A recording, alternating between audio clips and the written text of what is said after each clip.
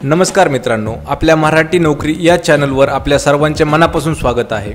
मराठी नोकरी या चॅनलवरती आपल्या सर्वांना स्पर्धा परीक्षा, नोकरी विषयक माहिती अशा विविध प्रकारची माहिती दिली जाणार आहे। चला तर मित्रांनो, व्हिडिओला सुरुवात करूया।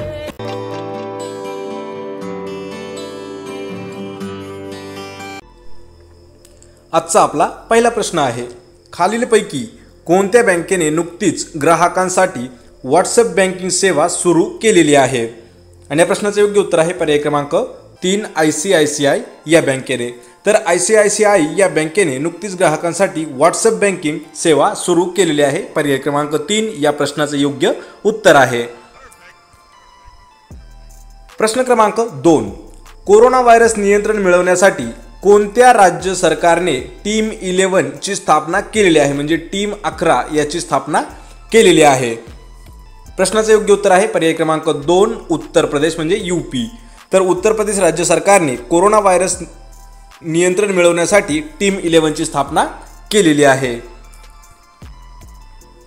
प्रश्न क्रमांक 3, खालीलपैकी कोणत्या दिवशी जगभरातील विविध शहरांमध्ये अर्थ आवर म्हणजे अर्थ आवर पाळण्यात आला आहे? आणि प्रश्नाचं अचूक उत्तर आहे पर्याय क्रमांक 1 28 मार्च। तर 28 या दिवशी जगभरातील विविध शहरांमध्ये अर्थ आवर पाळण्यात आलेला आहे। पर्याय क्रमांक 1 या प्रश्नाचं योग्य उत्तर आहे। प्रश्न क्रमांक 4, 2 एप्रिल हा दिवस खालीलपैकी कोणता दिवस म्हणून साजरा करण्यात आलेला आहे? तर 2 एप्रिल हा दिवस पर्याय क्रमांक 1 जागतिक आत्मकेंद्रित जागरूकता दिन म्हणून साजरा करण्यात आलेला आहे। पर्याय क्रमांक 1 या प्रश्नाचे योग्य उत्तर आहे।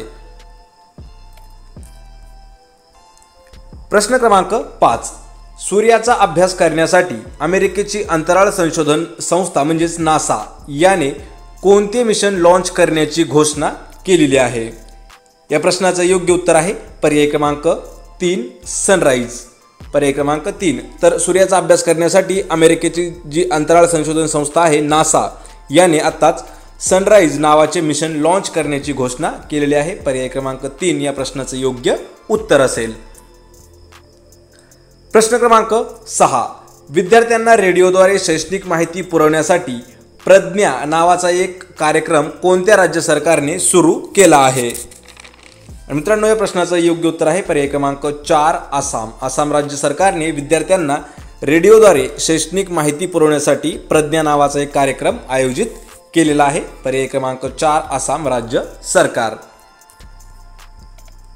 प्रश्न क्रमांक 7, न्यायाधीश राजेश ओसवाल यांची नुकतीच कोणत्या उच्च न्यायालयाचे न्यायाधीश म्हणून नियुक्ती करण्यात आलेली आहे?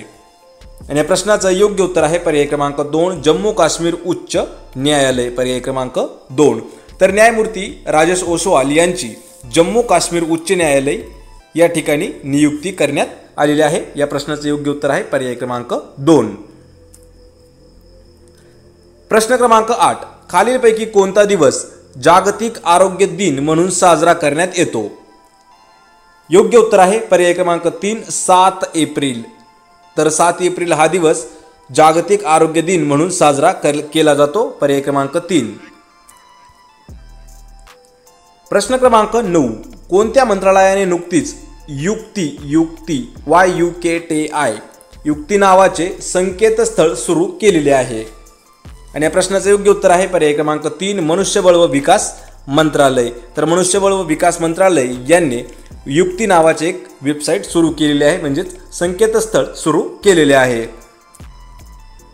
यानंतरचा प्रश्न आहे प्रश्न क्रमांक 10, न्यायाधीश V कनागराज यांची नुकतीच कोणत्या राज्याच्या निवडणूक आयुक्तपदी नियुक्ती करण्यात आलेली आहे? आणि या प्रश्नाचं अचूक उत्तर आहे पर्याय क्रमांक 4 आंध्र प्रदेश। तर न्यायमूर्ती V कनागराज यांची आंध्र प्रदेश राज्याच्या निवडणूक आयुक्तपदी नियुक्ती करण्यात आलेली आहे।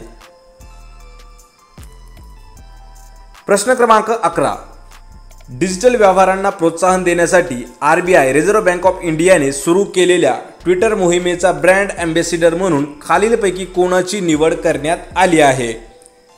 आणि प्रश्नाचं योग्य उत्तर आहे पर्याय क्रमांक 4 अमिताभ बच्चन।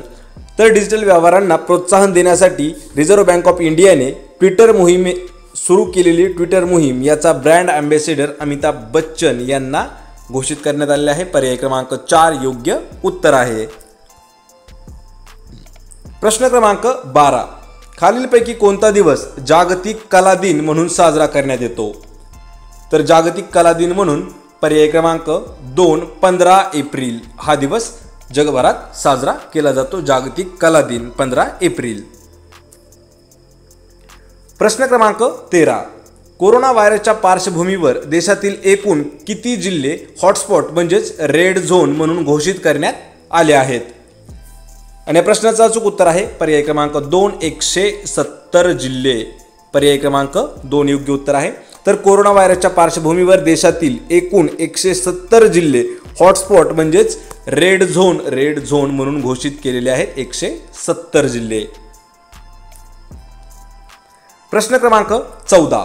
विद्यार्थ्यांच्या अभ्यासात सातत्य ठेवण्याच्या उद्देशाने कोणत्या राज्य सरकारने नुकतेच स्माईल नावाचा उपक्रम सुरू केलेला आहे? याचं योग्य उत्तर आहे पर्याय क्रमांक 1 राजस्थान राज्य सरकारने विद्यार्थ्यांच्या अभ्यासात नियमितपणा म्हणजेच सातत्य ठेवण्याच्या उद्देशाने स्माईल नावाचा एक उपक्रम आयोजित केलेला आहे राजस्थान राज्य सरकारने. प्रश्न क्रमांक 15.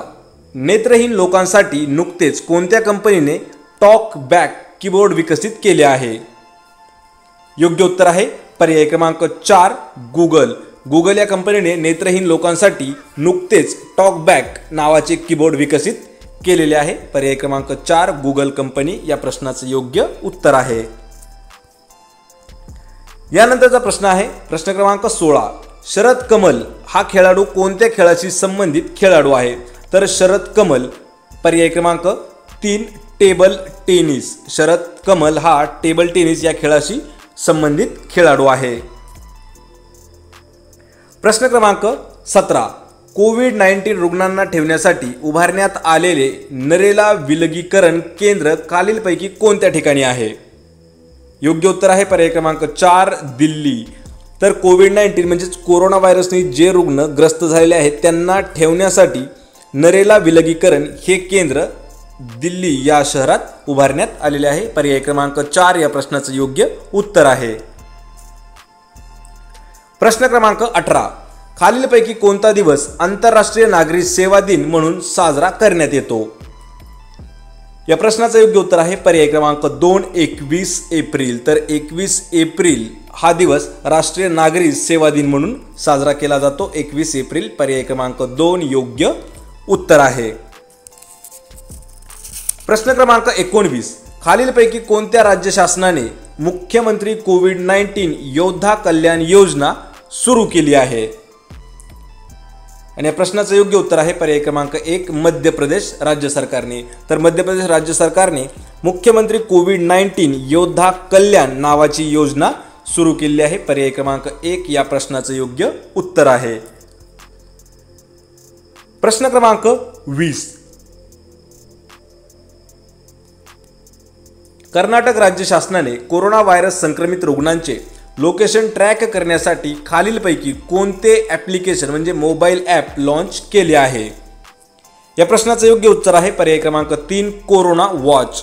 तर कर्नाटक राज्य सरकारने कोरोना वॉच या नावाचे एक ॲप्लिकेशन तयार केलेले आहे जे कोरोना व्हायरस संक्रमित रुग्णाचे लोकेशन ट्रॅक करू शकते. पर्याय क्रमांक 3 योग्य उत्तर आहे.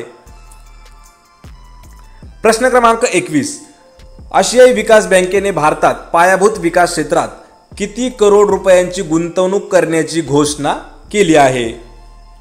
योग्य उत्तर आहे पर्याय क्रमांक 2 10 करोड डॉलर. पर्याय क्रमांक 2. तर आशियाई विकास बँकेने संपूर्ण भारतामध्ये पायाभूत विकास क्षेत्रामध्ये 10 करोड डॉलर रुपयांची गुंतवणूक करण्याची घोषणा केलेली आहे. त्यामुळे पर्याय क्रमांक 2 या प्रश्नाचं योग्य उत्तर असेल.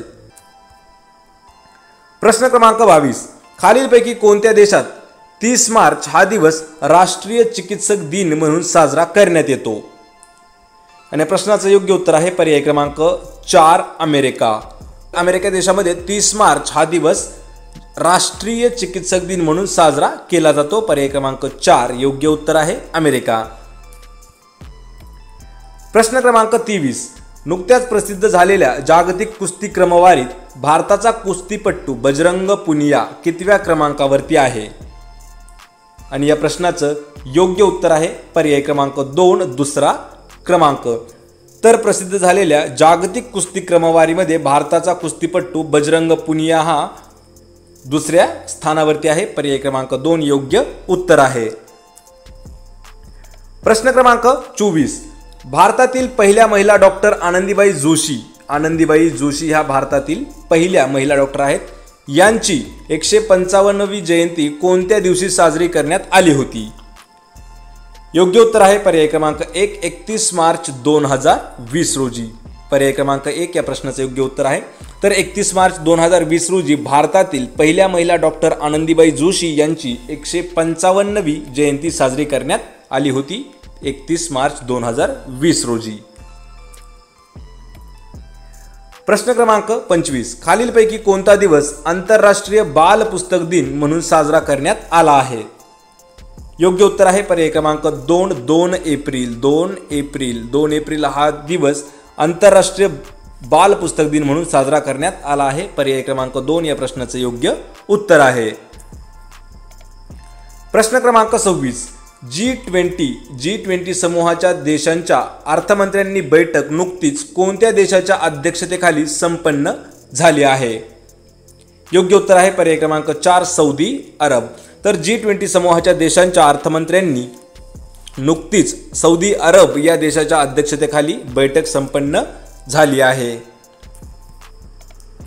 प्रश्न क्रमांक 27, कोणत्या राज्याने त्यांच्या राज्यातील सर्व नोंदणीकृत प्राण्यांना प्रतिदिवस 25 रुपये देण्याची घोषणा केली आहे? योग्य उत्तर आहे पर्याय क्रमांक 2 गुजरात राज्य सरकारने त्यांच्या राज्यातील सर्व नोंदणीकृत प्राण्यांना प्रतिदिवस 25 रुपये देण्याची घोषणा केली आहे। प्रश्न क्रमांक 28, खालीलपैकी कोणत्या मंत्रालयातर्फे म्हणजे मंत्रालयामार्फत लाईफलाईन उडान हा उपक्रम राबवण्यात येत आहे? योग्य उत्तर आहे पर्याय क्रमांक 1 नागरी उड्डाण मंत्रालय।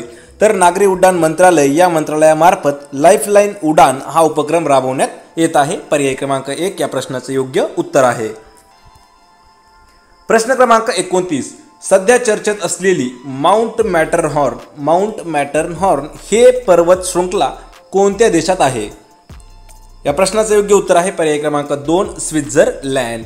तर माउंट मॅटरहॉर्न ही पर्वत शृंखला स्वित्झर्लंड या देशामध्ये स्थित आहे। पर्याय क्रमांक 2 या प्रश्नाचं योग्य उत्तर आहे। प्रश्न क्रमांक 30, खालीलपैकी कोणता दिवस नुकताच जागतिक यकृत दिन म्हणून साजरा करण्यात आला आहे? योग्य उत्तर आहे पर्याय क्रमांक 3 19 एप्रिल हा दिवस जागतिक यकृत दिन म्हणून साजरा करण्यात आलेला आहे। प्रश्न क्रमांक 31, मून जे इन कोणत्या देशाचे राष्ट्रपती आहेत? योग्य उत्तर आहे पर्याय क्रमांक 4 दक्षिण कोरिया। तर दक्षिण कोरिया या देशाचे राष्ट्रपती आहेत मून जे इन। संपूर्ण व्हिडिओ पाहिल्याबद्दल आम्ही आपले आभारी आहोत।